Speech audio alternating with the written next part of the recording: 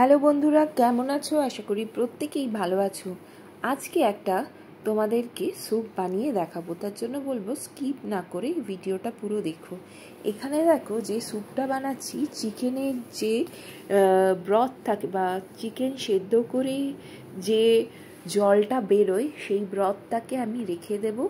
সেই জলটার সাথে কিছুটা পরিমাণ রসুন আর আদা অল্প করে পেস্ট, তার সাথে গোলমরিচ, একটু পরিমাণ মতো নুন দিয়ে ভালো করে একটু ফুটিয়ে নেব। তারপর 1 কাপ জলের মধ্যে 1 টেবিল স্পুন কর্নফ্লাওয়ার গুলে ভালো করে দিয়ে দেব এবং ছোট ছোট করে কেটে চিকেন এবং ডিমের সাদা অংশ দিয়ে 5 থেকে 7 মিনিট ফুটিয়ে নিলেই তৈরি হয়ে যাবে চিকেন এগ স্যুপ। তো এটা খেতে কিন্তু দারুণ।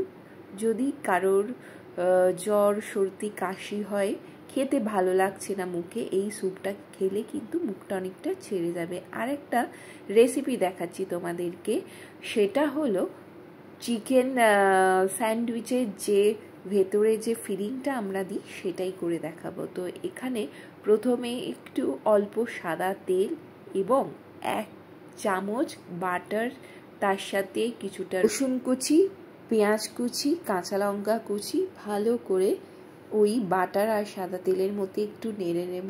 তারপর যে সেদ্ধ করে চিকেনগুলো শেডেড করে রাখা আছে সেগুলো দিয়ে ভালো করে নাড়িয়ে চাড়িয়ে নেব। নাড়াচাড়া হয়ে গেলে পরিমাণ মতো নুন, গোলমরিচ দিয়ে দেব। তারপর ওর মধ্যে কিছুটা পরিমাণ দুধ এবং কিছুটা পরিমাণ ক্রিম দিয়ে দেব। ক্রিম দিয়ে ভালো করে কষিয়ে নেব।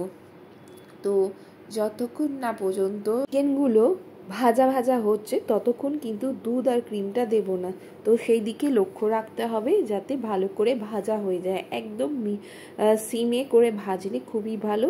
তো সিমে করে একটু 5 থেকে 7 মিনিট ভালো করে নেড়ে চেড়ে নেওয়ার পরেই কিন্তু আমরা দুধ আর একটু ক্রিম দিয়ে দেব। তারপর ওইটাকে ভালো করে কষিয়ে নেব আরও 3 থেকে 4 মিনিট। কষিয়ে নেওয়ার পর ওর উপর থেকে কি দেব, একটা চিজ স্লাইস দিয়ে দেব।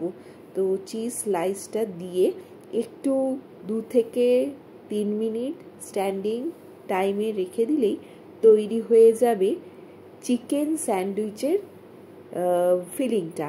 তো এইটা তোমরা চাইলে রুটির মধ্যে র্যাপ করেও খেতে পারো বা স্কুলে টিফিনেও দিতে পারো। খুব ভালো এবং একটা হেলদি একটা ব্রেকফাস্ট বলো বা ইভিনিং স্ন্যাক্স যেটাই বলো না কেন, খুব ভালো লাগবে।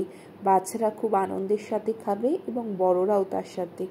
তো কেমন লাগলো প্লিজ জানিও এই চিকেন স্যান্ডউইচের ফিলিং আর স্যুপটা।